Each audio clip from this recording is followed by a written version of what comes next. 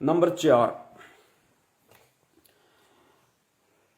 फिर मधु बहन के पास में भगत समाज की शंका आई।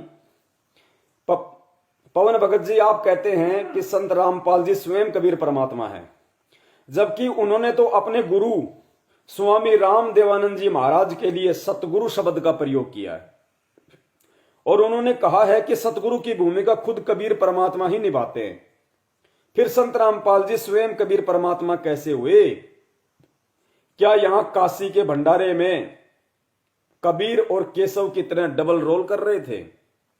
भगत समाज की शंका है कि भाई आप सत्सेवक कहते हो कि संत रामपाल जी महाराज 8 सितंबर 1951 से धरती पे प्रकट हैं, खुद वो कबीर परमात्मा हैं, और संत रामपाल जी महाराज कहते हैं कि सतगुरु की भूमिका का खुद कबीर परमात्मा करता है, सतगुरु का रोल खुद कबीर परमात्मा करता है।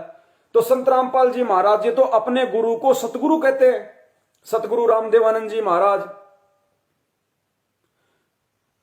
तो अब ये बताओ कि सतगुरु के रूप में रामदेवानंद जी महाराज जी वो कबीर परमात्मा हैं, या फिर आप लोगों के अनुसार 8 सितंबर 1951 से संत रामपाल जी महाराज जी कबीर परमात्मा है? दो परमात्मा कैसे हो गए? क्या काशी के भंडारे की तरह केशव और कबीर, क्या ये दो रोल हो रहे हैं? नहीं भाई, कोई दो रोल नहीं हो रहे। परमेश्वर की लीला को समझना है। स्वयं 8 सितंबर 1951 को धरती पे प्रकट होने के बावजूद संत रामपाल जी महाराज जी ने 17 फरवरी 1988 को दुनिया की दृष्टि में गुरु शिष्य परंपरा को बनाए रखने के लिए स्वामी रामदेवानंद जी महाराज जी को अपना मुंह बोला गुरु बनाया, और वो परमात्मा एक भगत की भूमिका में शुरू हुआ 17 फरवरी 1988 को। स्वामी रामदेवानंद जी महाराज जी का मुंह बोला शिष्य बन के उनको अपना मुंह बोला गुरु बना के 17 फरवरी 1988 से कबीर परमात्मा ने दुनिया की नजरों में गुरु शिष्य की भूमिका की। अब भाई अगर कबीर परमात्मा अगर किसी भगत की शिष्य भूमिका करेगा, अगर एक शिष्य की भूमिका करेगा, तो भाई पूरी भूमिका करेगा। और भक्ति विधान के अनुसार भगत के लिए उसका गुरु सतगुरु ही होता है, उसका गुरु परमात्मा ही होता है। इसलिए वो अपने गुरु को परमात्मा ही कहेगा, वो अपने गुरु को सतगुरु ही कहेगा, क्योंकि परमेश्वर अगर एक भगत की भूमिका करेगा तो पूरी पट करेगा, 101% करेगा। इसलिए एक भगत की भूमिका में संत रामपाल जी महाराज जी ने अपने मुंह बोले गुरु स्वामी रामदेवानंद जी महाराज जी को सतगुरु की उपाधि से नवाजा है, क्योंकि वहां 17 फरवरी 1988 से वो एक भगत की भूमिका कर रहे हैं, और भगत की भूमिका परमात्मा करेगा तो पूरी ही करेगा, उन्हें सतगुरु ही कहेगा।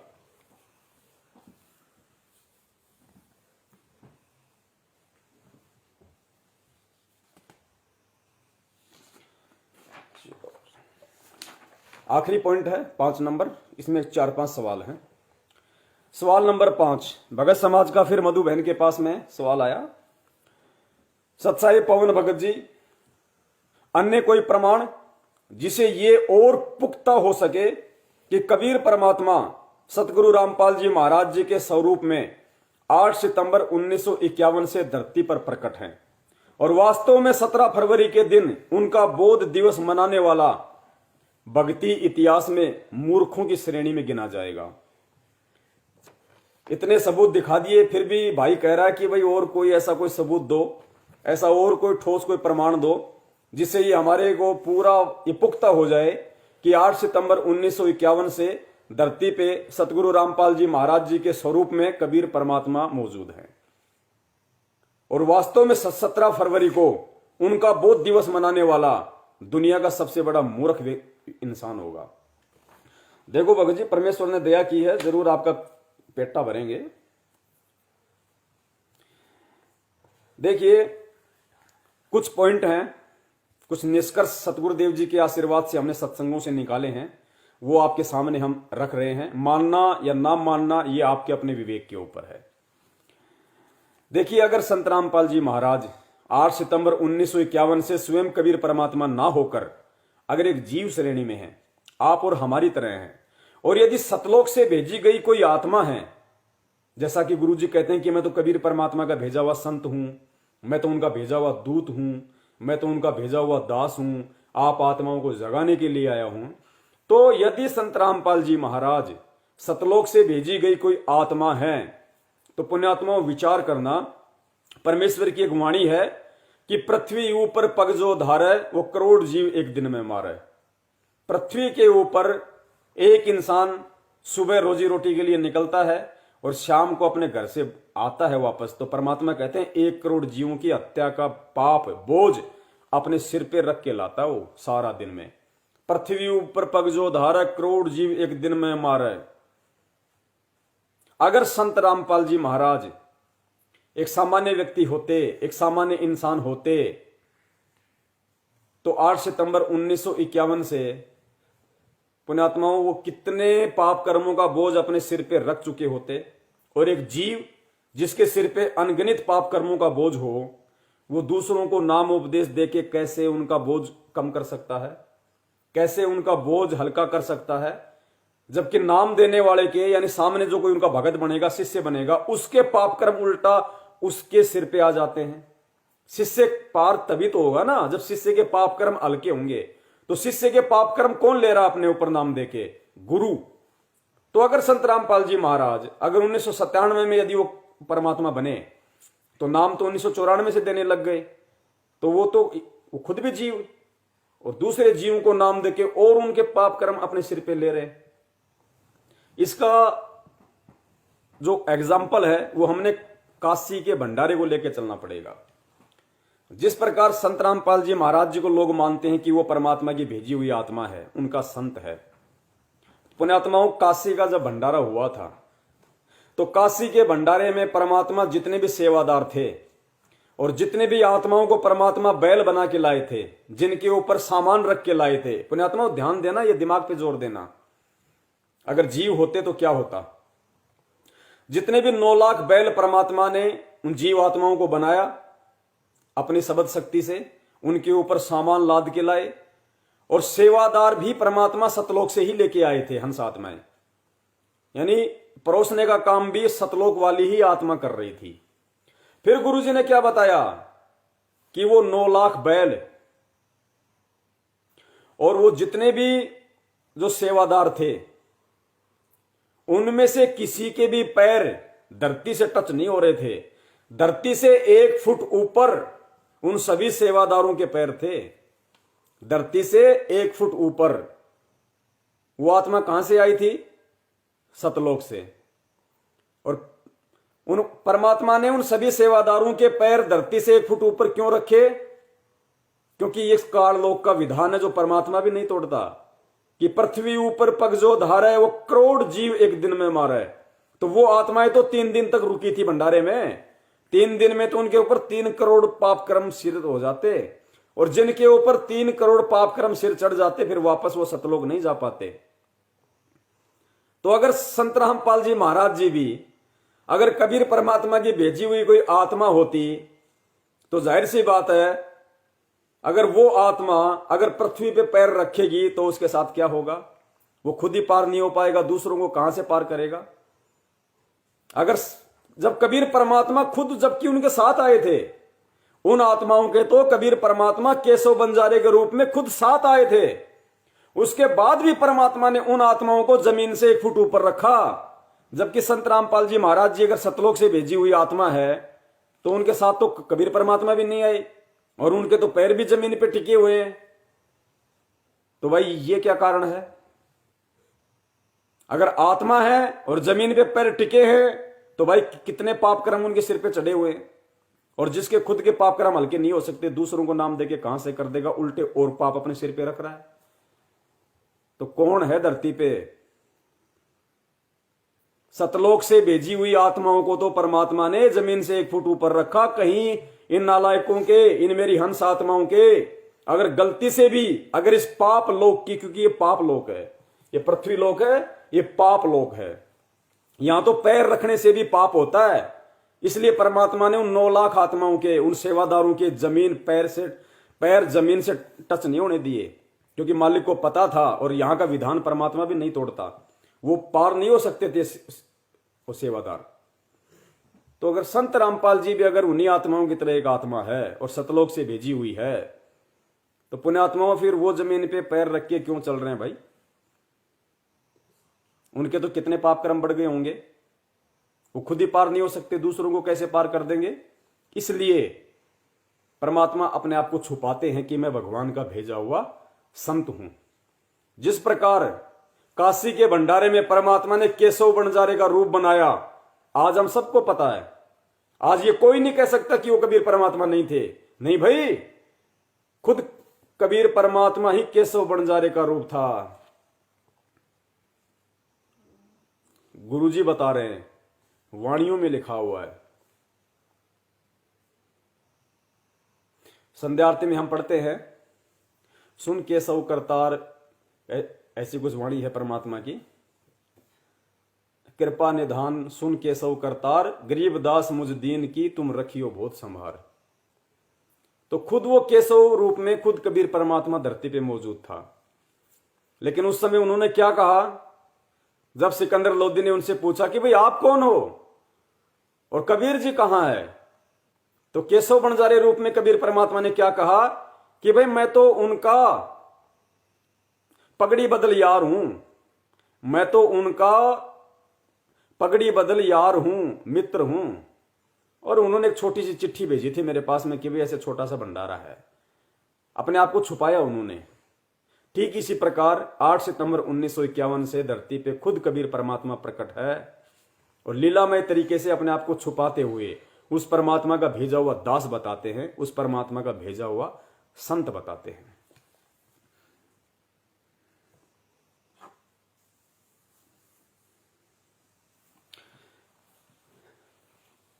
दूसरी बात, जो आत्माएं 17 फरवरी को बौद्ध दिवस मनाने की तैयारी कर रही हैं, या जो अपनी अज्ञानता में, मूर्खता में बौद्ध दिवस मनाने की सोच रही हैं, तो उन पुण्यात्माओं से दास की हाथ जोड़ के विनती है, एक पॉइंट पे जरा विचार कर लेना, अगर आपकी आंखें खुल जाएं तो।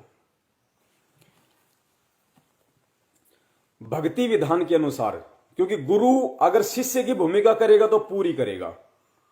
संत रामपाल जी महाराज जी ने अगर शिष्य की भूमिका की तो पूरी की, भगत की भूमिका की तो पूरी की, और आज अगर सतगुरु की भूमिका कर रहे हैं तो पूरी भूमिका कर रहे हैं कि इन आत्माओं को सतलोक भेज के छोड़ूंगा, चाहे मेरे साथ में कुछ भी हो जाए, चाहे जेल जाऊं, चाहे फांसी लगे। पूरी भूमिका निभा रहे हैं। और 17 फरवरी 1988 से सन 1994 तक उन्होंने जो भगत की भूमिका की, वो भी पूरी भूमिका की। और भगत की भूमिका में गुरुजी हमें सत्संगों में बताते हैं कि गुरु मानुष कर जानते ते नर कहिए अंध, और वह दुखी संसार में आ गए यम के फंद। और फिर गुरुजी ने बताया कि गुरु गोविंद दो नहीं भाई, दो समझे वो दो जग जाई। कि जो अपने गुरु को भगवान नहीं मानता, जो अपने गुरु को परमात्मा नहीं मानता, वो नरक में जाता, वो पाप आत्मा। तो 17 फरवरी 1988 को दादा गुरुदेव जी से नाम दीक्षा लेके सांसारिक दृष्टि में उन्होंने स्वामी रामदेवानंद जी महाराज जी को अपना गुरु बनाया, सतगुरु बनाया। पुण्यात्माओं ध्यान देना इन पॉइंटों पे। खुद कबीर परमेश्वर ने 8 सितंबर 1951 के दिन संत रामपाल जी महाराज जी के रूप में धरती पे प्रकट होके 17 फरवरी 1988 को दुनिया की दृष्टि में, दिखावे में अपना मुंह बोला गुरु बनाते हुए 17 फरवरी 1988 को स्वामी रामदेवानंद जी महाराज जी से नाम दीक्षा ली, उनको अपना गुरु बनाया, सतगुरु बनाया। अब उनको अपना गुरु बना लिया तो खुद एक भगत हो गए, यानी परमात्मा भगत की भूमिका में, तो भगत की भूमिका परमात्मा पूरी निभाएगा। अब गुरुजी ने स्वामी रामदेवानंद जी महाराज जी को भगत की भूमिका में अपना परमात्मा मान लिया, जबकि वो जीव श्रेणी में थे, वो अंतर्यामी थे। जानबूझ के उन्होंने एक जीव को अपना गुरु बनाया, और गुरु बना के आने वाले भक्तों को संदेशा देने के लिए, आप और हमारे को ये उदाहरण पेश करने के लिए कि एक भगत का अपने गुरु के प्रति क्या भाव होना चाहिए। एक भगत जब तक अपने गुरु को सतगुरु मान के नहीं चलेगा, अपने गुरु को परमात्मा तुल्य मान के नहीं चलेगा, भगवान मान के नहीं चलेगा, तब तक वो शिष्य पार नहीं हो सकता। जबकि स्वामी रामदेवानंद जी महाराज जी तो खुद एक जीव थे, वो सतगुरु नहीं थे, फिर भी संत रामपाल जी महाराज जी ने भगत बनकर भगत की भूमिका में आप और हमें आज ये दिखाया कि अगर भगत हो तो अपने गुरु को भगवान मानो, और अपने गुरु को भगवान मानने के चलते, अपने गुरु को सतगुरु मान के, भगवान मान के, परमात्मा मान के, पुण्यात्माओं संत रामपाल जी महाराज जी ने, जो उनका गुरु स्वामी रामदेवानंद जी महाराज एक जीव श्रेणी का व्यक्ति, लेकिन भगत की भूमिका में उन्होंने उनको परमात्मा मान लिया। और संत रामपाल जी महाराज जी ने कभी भी अपने गुरु का बोध दिवस नहीं मनाया, कभी भी स्वामी रामदेवानंद जी महाराज जी का बोध दिवस नहीं मनाया, जबकि वो तो जीव श्रेणी में थे। उनको तो खुद संत रामपाल जी महाराज जी ने ज्ञान करवाया, लेकिन फिर भी क्योंकि संत रामपाल जी महाराज जी भगत की भूमिका में थे, उन्होंने अपने गुरु का बोध दिवस मनाकर अपनी अज्ञानता का जग में ये प्रमाण नहीं दिया, मूर्खता का जग में सबूत पेश नहीं किया कि मैं भगत हूं और मेरा गुरु चाहे जो हो लेकिन मेरे लिए परमात्मा है। मैं भगत हूं तो मुझ भगत के लिए मेरा गुरु भगवान है। और संत रामपाल जी महाराज जी ने, उनका गुरु एक जीव श्रेणी में होते हुए भी, परमात्मा तो बहुत दूर की बात है, लेकिन उन्होंने परमात्मा मान लिया। और संत रामपाल जी महाराज जी ने कभी भी उनका बोध दिवस नहीं मनाया। और पुण्यात्माओं, हमें तो साक्षात कबीर परमात्मा गुरु रूप में मिला हुआ है। संत रामपाल जी महाराज साक्षात कबीर परमेश्वर है, तो हम उनका बोध दिवस कैसे मना सकते हैं? ये गुरु जी ने एक पॉइंट छोड़ा हमारे लिए, हम आत्माओं को समझाने के लिए, ताकि हम काल के जाल में ना फंसें। कि बच्चों, मैंने 17 फरवरी 1988 को स्वामी रामदेवानंद जी महाराज जी को अपना मुंह बोला गुरु बनाया, जबकि मुझे पता था कि ये जीव है तुम्हारे जैसा, लेकिन मैंने गुरु बनाया। और गुरु बनाया तो मैंने गुरु की भूमिका पूरी निभाई। मैंने उस जीव को भी परमात्मा मान लिया, और मैंने कभी भी उनका बोध दिवस नहीं मनाया कि मेरे गुरु को किसी ने ज्ञान दिया होगा, या मेरे गुरु को तो पहले कुछ मालूम ही नहीं था। उन्होंने कभी भी ये साबित नहीं किया। उन्होंने सतगुरु बोला, सतगुरु कि ना सतगुरु जननी जने जाके माना बाप, जबकि उनका तो जन्म मां के गर्भ से हुआ था। फिर भी संत रामपाल जी महाराज जी ने अपने गुरु का कभी भी बोध दिवस नहीं मनाया। तो पुण्यात्माओं, हम क्यों मूर्खता करने जा रहे हैं 17 तारीख को? अरे हमें तो जिंदा जोगी जगत गुरु मिला हुआ है। जिंदा जोगी जगत गुरु खुद कबीर परमात्मा हमारा गुरु है, संत रामपाल जी महाराज के रूप में, जो पूरी दुनिया को ज्ञान देने के लिए आता है। तो पुण्यात्माओं, हम ये गलती कैसे कर सकते हैं जब हमारे खुद के गुरु ने एक भगत की भूमिका में अपने गुरु का कभी बोध दिवस नहीं मनाया? तो पुण्यात्माओं, हमारे सिर में क्या भूसा भरा पड़ा है कि हम अपने गुरु का बोध दिवस मनाएंगे और 17 फरवरी को उनका बोध दिवस मना के दुनिया के सामने हम अपनी अज्ञानता और मूर्खता का प्रमाण दें, अपने गुरु को जीव श्रेणी का साबित करें।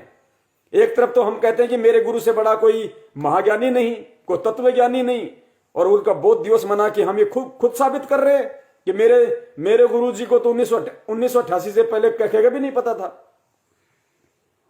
पुण्यात्मा पॉइंट है, ये परमात्मा ने जानबूझ के पॉइंट छोड़े, नहीं तो वो भी बोध दिवस मना सकते थे। उन्होंने नहीं मनाया इस समय के लिए कि फिर मेरे बच्चे, मेरे सत्सेवक बच्चे ये कैसे साबित कर पाएंगे। तो पुण्यात्माओं, ये गलती हमने नहीं करनी। भूल के भी अगर बोध दिवस मना दिया 17 तारीख को, तो समझो आपने अपने गुरु को जीव श्रेणी में लाके खड़ा कर दिया। उसी दिन आपकी मौत है, जीते जी आपकी मौत है। अगला पॉइंट,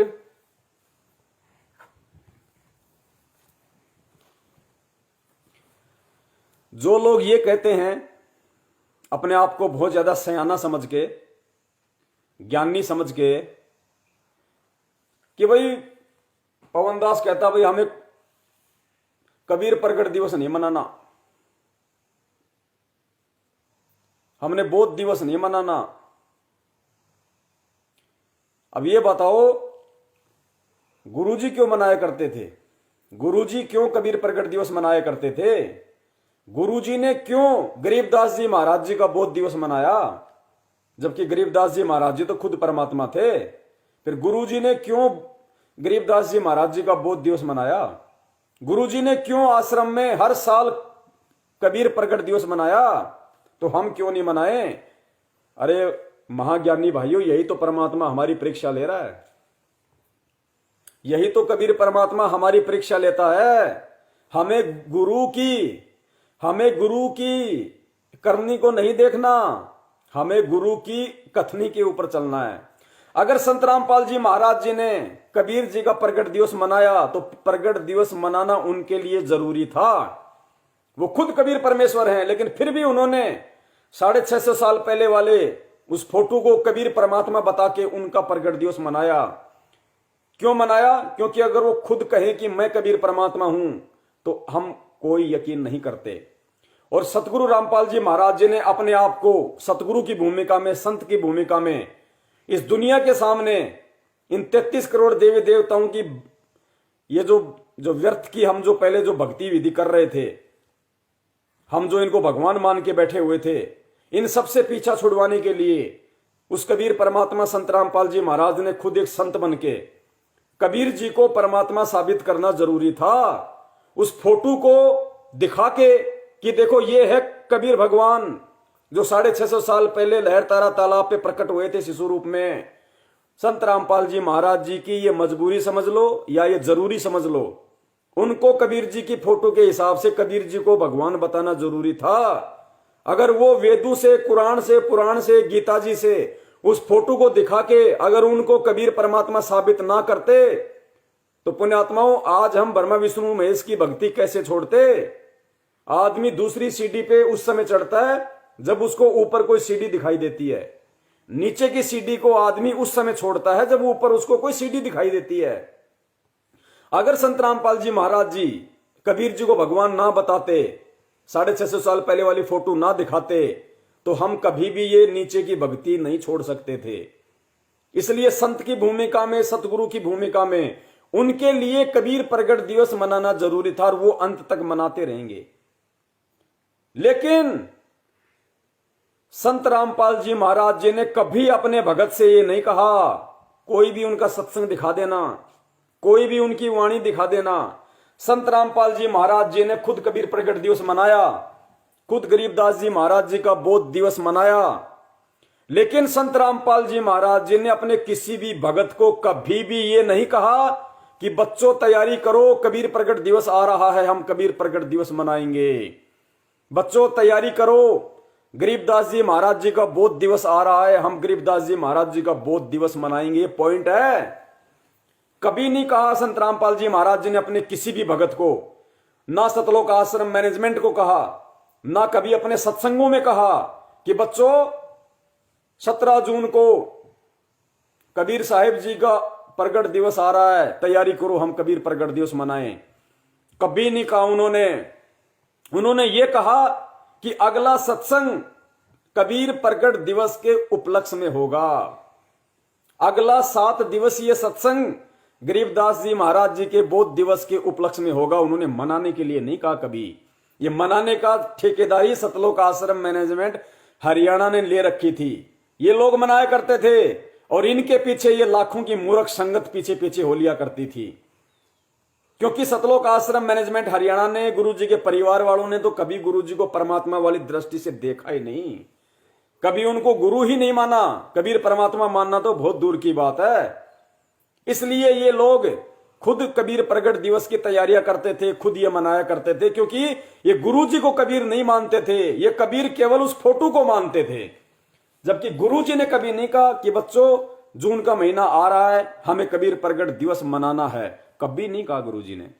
गुरुजी ने हमेशा सत्संगों में आप देख लेना, कबीर प्रगट दिवस से पहले जो सत्संग हुए होंगे उस सत्संग में परमात्मा ने यही कहा कि बच्चों अगला जो 7 दिवसीय सत्संग होगा या 3 दिवसीय सत्संग होगा वो कबीर प्रगट दिवस के उपलक्ष्य में होगा। अगला जो सत्संग होगा वो गरीबदास जी महाराज जी के बोध दिवस के उपलक्ष्य में होगा। मनाने के लिए किसी को नहीं कहा। पुण्यात्माओं, अब ये खत्म हो जाएगा धीरे धीरे। अब धरती पे वर्तमान में वो आत्माएं हैं जिनको सतलोक की चाह है, जो परमात्मा की विशेष पुण्य आत्माएं हैं, जो दूध और पानी को मिले हुए को छान लेंगी, सतगुरु और संत में से सत साहिब को निकाल लेंगी। अब परमेश्वर जब आएंगे तो परमेश्वर के सामने ये कोई बाधा नहीं रहेगी, ना शास्त्र दिखाने की, ना कबीर प्रगट दिवस मनाने की, ना किसी का बोध दिवस मनाने की। जिसने मनाना है मनाते रहो, और जिसने सतलोक जाना है वो ज्ञान को आधार बनाते रहो। तो पुण्यात्माओं, ये हमारा विषय था, और परमेश्वर दया करें हम सभी पे। परमात्मा इसी तरीके से फेसबुक पे या अन्य किसी भी सोशल मीडिया के मंच के माध्यम से परमात्मा साध संगति की दया हम पे करते रहें, और ऐसे ही साध संगति के माध्यम से जो नए नए टॉपिक हैं, नए नए विषय हैं, नए नए परमेश्वर के संकेत हैं, इशारे हैं, वो भगत समाज के सामने आते रहें।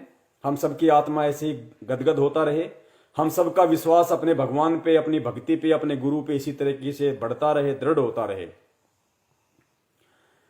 और देखो पुण्यात्माओं, कोई भी आदमी कबीर साहिब जी का बोध दिवस नहीं मनाता। अगर कबीर साहिब जी का बोध दिवस मनाता हो तो मुझे बता दो। अरे उन्होंने भी तो दीक्षा ली थी ना स्वामी रामानंद जी से। रामानंद जी से उन्होंने भी तो दीक्षा ली होगी। अगर कबीर जी के लहर तारा तालाब पे प्रकट होने का दिन अगर किसी को याद है तो रामानंद जी से नाम दीक्षा लेने वाला दिन भी याद होगा।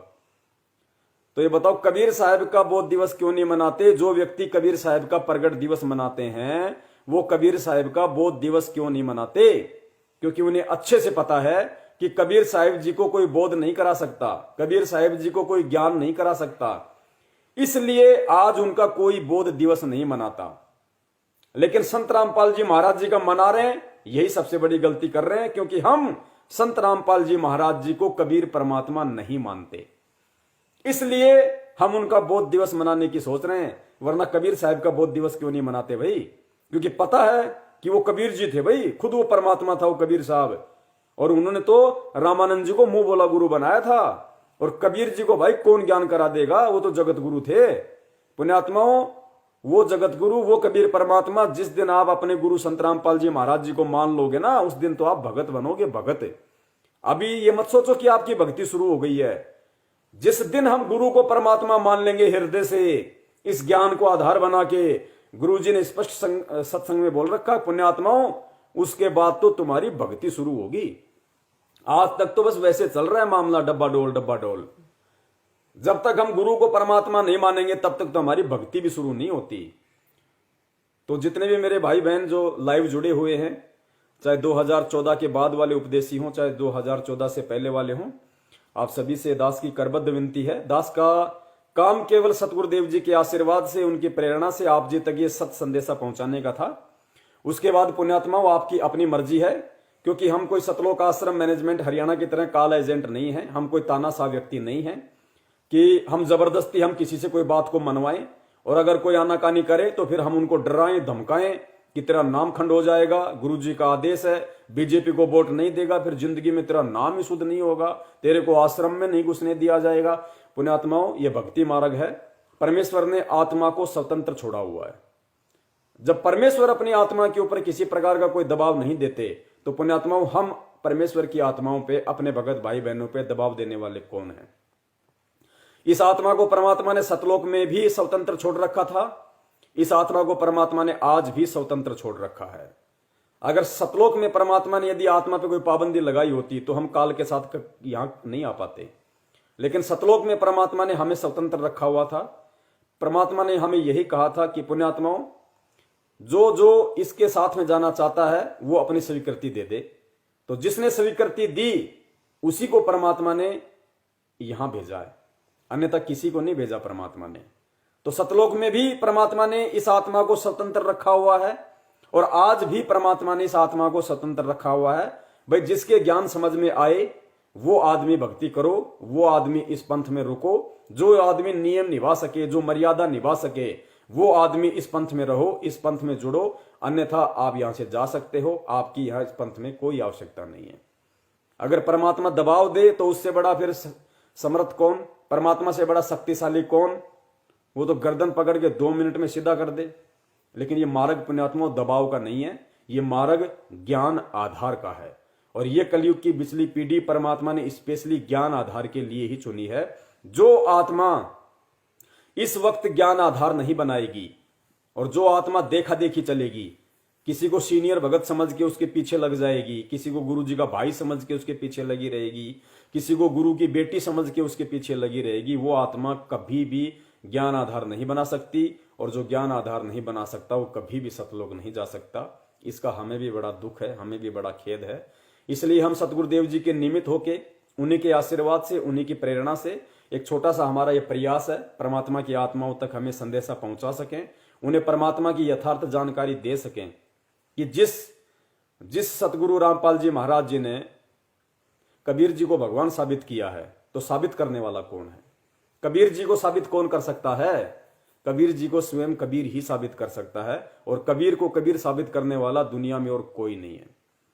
तो पुण्यात्माओं, इस धोखे में ना रहना। ना तो आपने 17 फरवरी को सतगुरु रामपाल जी महाराज जी का बोध दिवस मनाना है, और ना ही सतगुरु रामपाल जी महाराज जी के पृथ्वी पे रहते सहते आपने कभी भी जून के महीने में या मार्च के महीने में जब भी आता है कबीर प्रगट दिवस नहीं मनाना। अगर आप जून के महीने में कबीर प्रकट दिवस मनाते हैं तो ये 100% मान के चलिए कि भगवान तो आज भी आप उस कबीर जी को मानते हैं, दाढ़ी मूछ वाले को। अगर आप कबीर प्रकट दिवस मनाते हैं तो यही सिद्ध होगा कि गुरु जी को आप केवल एक संत मानते हैं और भगवान केवल आप दाढ़ी मूछ वाली फोटो को ही मानते हैं। और इस वक्त जो प्राणी संत रामपाल जी महाराज जी का शिष्य होके संत रामपाल जी को केवल एक संत मानेगा, और भगवान यदि वो कबीर जी को देखेगा, वो शिष्य कभी जिंदगी में पार नहीं हो सकता। इसलिए हमने कबीर प्रकट दिवस नहीं, हमने 8 सितंबर को केवल सतगुरु प्रकट दिवस ही मनाना है। तो जितना हो सके संदेश आप अपने भाई बहनों तक पहुंचाओ। दास की जो सेवा है, दास अपनी तन मन धन से पूरी निभा रहा है, ताकि कल को परमेश्वर आए और परमेश्वर कहें कि बेटा जब तुझे सच्चाई का पता था, तुझे सारी बातों का पता था, तो तू कैसे चुपचाप बैठ गया? तूने कैसे अपने भगत भाई बहनों को ये बातें नहीं बताई, ये संदेशा नहीं पहुंचाया, जब मैंने तुझे प्रेरणा देके ये सारे सबूत, ये सारे संदेशे तेरे पास भिजवा दिए थे। तो पुण्यात्माओं, मैं हर स्थिति में परम पूज्य सतगुरु रामपाल जी महाराज जी के आगमन पर उनके समक्ष मैं दोषी नहीं बनना चाहता। इसलिए मैं अपनी सेवा कैसे भी मैं समय निकालूं, अपनी व्यस्त अपनी जिंदगी में से, अपनी दिनचर्या में से मैं अपना समय जरूर निकालूंगा। चाहे इसके लिए मुझे कोई अपने काम में घाटा हो, चाहे अपने परिवार में कोई घाटा हो, उसकी दास को कोई परवाह नहीं है। लेकिन परमेश्वर की जो सेवा है वो दास के लिए प्रथम है, सबसे ऊपर है, सर्वोत्तम है। उसके लिए दास किसी प्रकार का कोई समझौता नहीं करेगा। आप सभी पुण्यात्माएं, ये आपका अपना डिसीजन होगा, आपका अपना निर्णय है कि मुझे जो सेवा दे रखी है मैं कर रहा हूं। आपको जिस सेवा जो परमेश्वर ने दी हुई है, इन वीडियो को आगे से आगे शेयर करने की, व्हाट्सएप पे, फेसबुक पे, इंस्टाग्राम पे, ट्विटर पे या अन्य जिस भी भगत भाई बहन के पास में, देखो कोई नाराज हो तो 1000 बार हो, आपने संदेशे देने पड़ेंगे पुण्यात्माओं। चाहे कोई नाराज हो तो हो, आप उसको भेजते रहो, एक दिन उसके जरूर वो सिर में बात वो टकराएगी उसके। और पुण्यात्माओं, ये जो सतलोक आश्रम मैनेजमेंट हरियाणा है, अभी बुरी तरह से बौखला गया है। संगत ज्ञान आधार से जाग रही है, साध संगति से जुड़ रही है, लाइव शंका समाधान से जुड़ रही है। यूट्यूब पे शंका समाधान नाम से वीडियो हैं, सैकड़ों हजारों उन पे वीडियो हैं, वो लोग देख रहे हैं। अब इन्होंने एक नया फरमान जारी कर दिया कि शंका समाधान नाम से जितने भी यूट्यूब चैनल हैं उन पे कॉपीराइट स्ट्राइक लगाओ। क्योंकि पुण्यात्माओं, हम सत्संग लाएं कहां से? हम भगत समाज को समझाने के लिए गुरु जी के सत्संगों को आधार बनाते हैं, गुरु जी के सत्संगों का हम सहारा लेते हैं। अब गुरु जी के सत्संग इन लोगों ने पहले से, मैनेजमेंट वालों ने अपने यूट्यूब चैनलों पे डाल रखे हैं। अब हम कहां से लाएं? हमें मजबूरन इनके यूट्यूब चैनलों से वो गुरु जी के सत्संग उठाने पड़ते हैं भगत समाज को समझाने के लिए। तो हम वो अपने यूट्यूब चैनलों पे डालते हैं, तो ये लोग वहां से हमारे यूट्यूब चैनलों पे कॉपीराइट स्ट्राइक लगवा देते हैं कि देखो इसने संत रामपाल जी महाराज जी के इस सत्संग को काम में लिया, इस सत्संग को पहले मैंने मेरे चैनल पे डाल रखा था, अब इन लोगों ने डाल दिया। तो यूट्यूब का एक सिस्टम है, वो कॉपीराइट स्ट्राइक लगा देती, वो चैनल बंद हो जाता है। ये इतने घटिया और इतने नीच व्यक्ति हैं, गुरु जी के सत्संगों पे कॉपीराइट स्ट्राइक लगवा रहे हैं। अब पुण्यात्माओं, कॉपीराइट स्ट्राइक लगाने का मतलब होता है विरोध करना, उन सत्संगों का विरोध करना।